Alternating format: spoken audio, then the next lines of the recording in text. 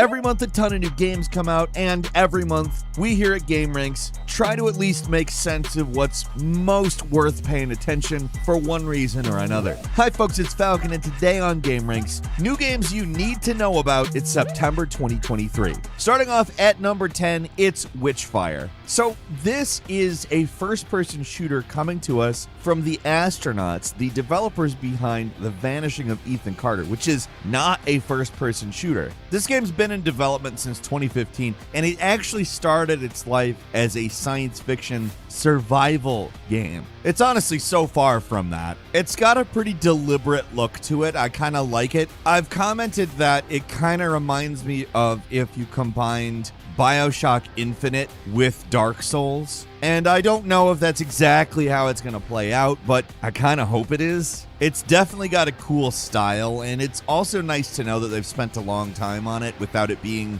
a development hell type game, but rather just being something that they've been working on for a long time and refining. Witchfire is hitting early access on PC on September 20th. At number 9 is NBA 2K24. Obviously, these are beautiful, incredibly realistic looking games, but they're also games that come out every single year, and there needs to be good reasons to buy the next one. Fortunately, it does look as though they have actually spent some time improving the game this year. They have actually given us gameplay trailers that specifically demonstrate gameplay improvements, which, in all honesty, not enough yearly sports games do that. So we have to give it up for NBA 2K24. They're saying that offense has been beefed up. It's more intuitive. They've streamlined coaching. But so when you combine those two facts, you don't think the next one. Apparently, defense is going to be more skill-based in this game. There's more counters, and they've redesigned adrenaline boosts. To say something that probably sounds overly typical, these things are my jam. Although, that isn't to say that NBA 2K is ever going to be NBA Jam. These are things that entice me into wanting to play it at very least. Again, like I said, until we actually are able to play it, I can't really tell you if it's worth it to upgrade this year. But from everything I've seen about it, this would be the upgrade that would entice me the most personally. It's not just that stuff. There's also enhancements to dribbling and stuff like that. More specific little things. And we'll see to what extent this actually does anything to the game. I mean, they could easily tout these things and have the game not actually be that different. It is a yearly sports game. So the proof is really in the pudding, and the pudding's coming to the PlayStations, the Xboxes, Switch, and Windows September 8th. At number 8 is The Crew Motorfest, a brand new open world The Crew set on a scaled down version of Oahu in Hawaii. I don't know if this is good or bad yet, but everything I've seen of The Crew Motorfest makes it look a lot like Forza Horizon to me. Now, why I say I don't know if it's good or bad, I think Forza Horizon, probably the best racing games. I love the combination of gameplay. It's just right. It leans into arcade without being stupid. And Motorfest is kind of like a Horizon Festival-like event. That said, there's also been some talk about Test Drive Unlimited, which was also made by the same developers. Well, not exactly. Ivory Tower, the internal Ubisoft studio, was founded by 3 Eden Games people. They were who did Test Drive Unlimited. Test Drive Unlimited is regarded as a very influential racing game, and it's set on Oahu as well. So, I mean, there is a lot of potential in terms of where this game is pulling from. The developers have a history with the location and in making good racing games. And it's also, I think, maybe pulling a little bit of influence from Forza Horizon, which is, out of the 2 Forza franchises, my favorite. Honestly, the potential is there for it to be a classic. We'll have to play it first. It's coming to the PlayStations, the Xboxes, and PC September 14th.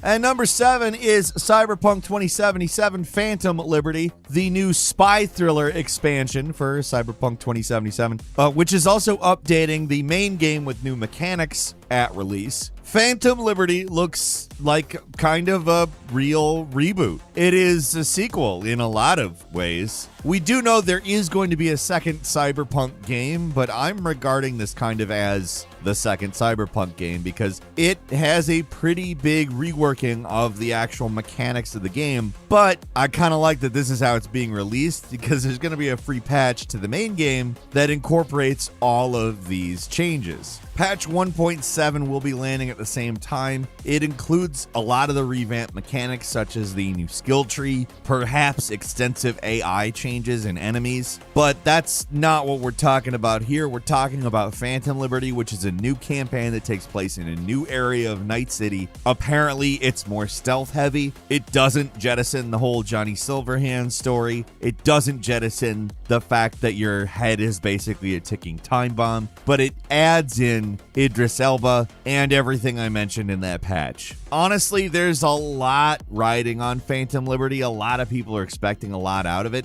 And if it delivers, then the original Cyberpunk is now, healed, more or less. The game, even up until now, though, it got a patch back in June and numerous patches prior to that made it pretty good, but it kind of looks like this is the reset. This is the, hey, Cyberpunk is going to be a series of games that are all good release. Cyberpunk 2077 Phantom Liberty is coming exclusively to next-gen consoles, meaning the PlayStation 5 and the Xbox Series, as well as PC, September 26th. And number 6 is EA Sports FC 24. What was once FIFA is now fully a different franchise, but it's the same franchise. It's the 31st FIFA game. It's just not called FIFA. It's FC 24. And you know what? They finally did it. The Nintendo Switch version is running on Frostbite. That's right. It's the same game on Switch this year, everybody. This has been something people have been complaining about since FIFA 20, and rightfully so. It has gotten an inferior version for what seems like no real reason. These are not effects-heavy games. There is no reason it should not have been on Frostbite and been the same game. Now, I talked about an NBA 2K point that there is seemingly substantial upgrades in that franchise. I don't really see anything that looks particularly novel to me in this release. Obviously, if you haven't been on for a couple of years, it's probably a good idea. Generally, with the FIFAs, I go a couple of years and then buy one. But if you're a Nintendo Switch player, you're not getting a Legacy Edition, and that is fantastic. Without question, this is the one to buy for Nintendo Switch users. EA Sports FC 24 is landing on the PlayStations, the Xboxes, Nintendo Switch, and PC September 29th. At number 5 is Harvest Moon: The Winds of Anthos, a surprisingly good-looking entry to Harvest Moon, which, as you know, was split off into a different series because of legal reasons. There's Story of Seasons and there's Harvest Moon. They're both different takes on what is essentially the same idea, and both have been kind of not incredible. Story of Seasons remakes have been good, but recently the new games haven't been great. Harvest Moon basically hasn't been good since the split, but it finally looks like they're improving and finding their footing with this franchise with the Winds of Anthos. It looks significantly better than the previous entries, which legitimately look like mobile-only games. They weren't, though, just as a quick note for you to make sure that you don't think that I'm shitting on a mobile game for looking like a mobile game. However, this one clearly takes its inspiration from Breath of the Wild and the more recent Pokemon games, looking like what you might expect Harvest Moon to look like today. It's still not perfect, and I'm sure that mechanically there will be stuff to talk about, but it finally looks like things are looking up for Harvest Moon. No guarantees, but to me it looks like Winds of Anthos is definitely worth a shot. It's coming to the PlayStations, the Xboxes, Nintendo Switch on September 26th. And number 4 is Payday 3, which surprisingly just looks like a big improvement on Payday 2, which is a very well-regarded game, to be frank. For good reason, too. It's a great heist game. Still, to this day. After Starbreeze / Overkill, which is a complex business situation, if I've ever seen one, was able to acquire the rights to the franchise. They did away with microtransactions in Payday 2, and development on Payday 3 looks to have continued that same goodwill approach. Honestly, the improvements to this game look primarily like they are in the gameplay, which is kind of shocking because, in my opinion, Payday 2 plays, although obviously not like a brand new game, still feels pretty current on account of the amount of influence it's had. Still, Payday 3 moved to Unreal Engine. It's set in New York. The stealth gameplay looks phenomenal, as do the graphics and pretty much everything about Payday 3. There was a closed beta. I was unable to participate personally, but I will be participating as soon as Payday 3 launches on PlayStation 5, Xbox, and PC September 21st.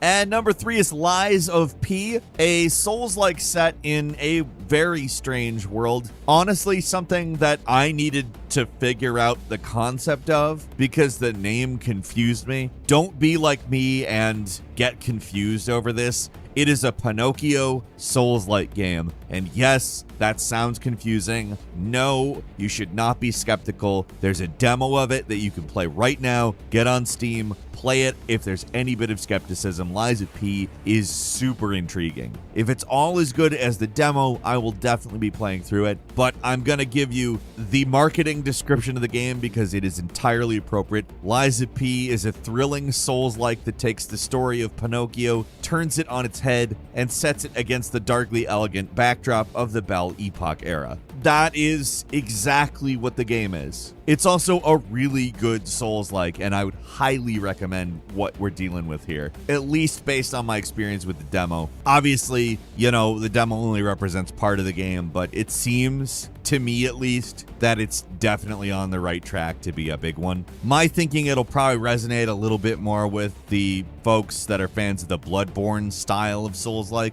I am of that nature, so I have been enjoying the demo. Lies of P is landing on the PlayStations, the Xboxes, and PC September 16th.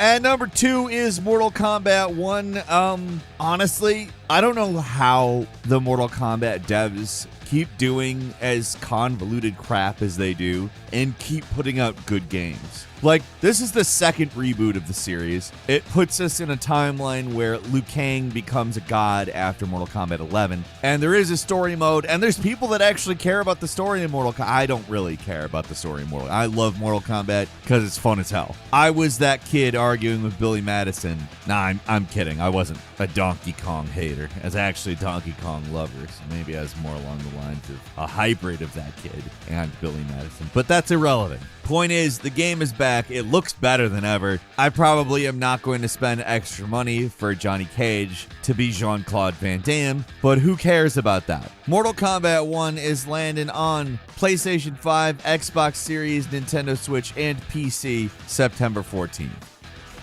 And finally, at number 1 is Starfield. So you know how I have complained about the creation engine for years and years. Yes, it is the source of the Bethesda jank that some consider charming and others consider irritating. I consider it both. Like, there's times where I find it charming and times where I'm like, why are you still using the creation engine? Well, they finally upgraded it to a new version, at least. And allegedly, Creation Engine 2 is a lot more optimized, has a lot less bugs, and is quite powerful. So we'll see if that appeases me. I just wanted to say that because I thought it was cool and relevant that they finally did like a major upgrade to their engine rather than just kind of iterating on it game to game. But we are not far from Starfield at all. This is a purely sci-fi RPG, comes to us in ways that look very familiar to Bethesda RPGs, but a lot of stuff is honestly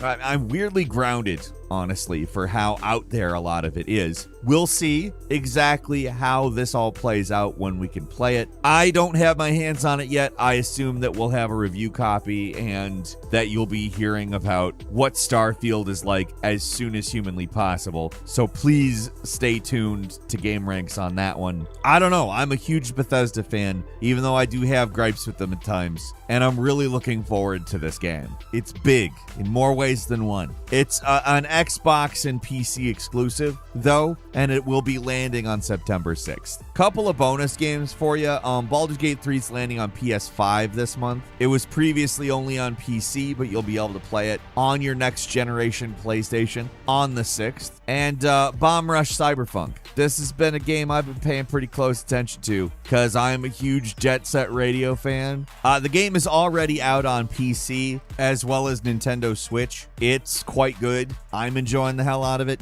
It's landing on the PlayStation and Xbox on September 1st. Highly recommend it. And that's all for today. Leave us a comment. Let us know what you think. If you like this video, click like. If you're not subscribed, now's a great time to do so. We upload brand new videos every day of the week. Best way to see them first is, of course, a subscription, so click subscribe. Don't forget to enable notifications. And as always, we thank you very much for watching this video. I'm Falcon. You can follow me on Twitter @FalconTheHero. We'll see you next time right here on GameRanks.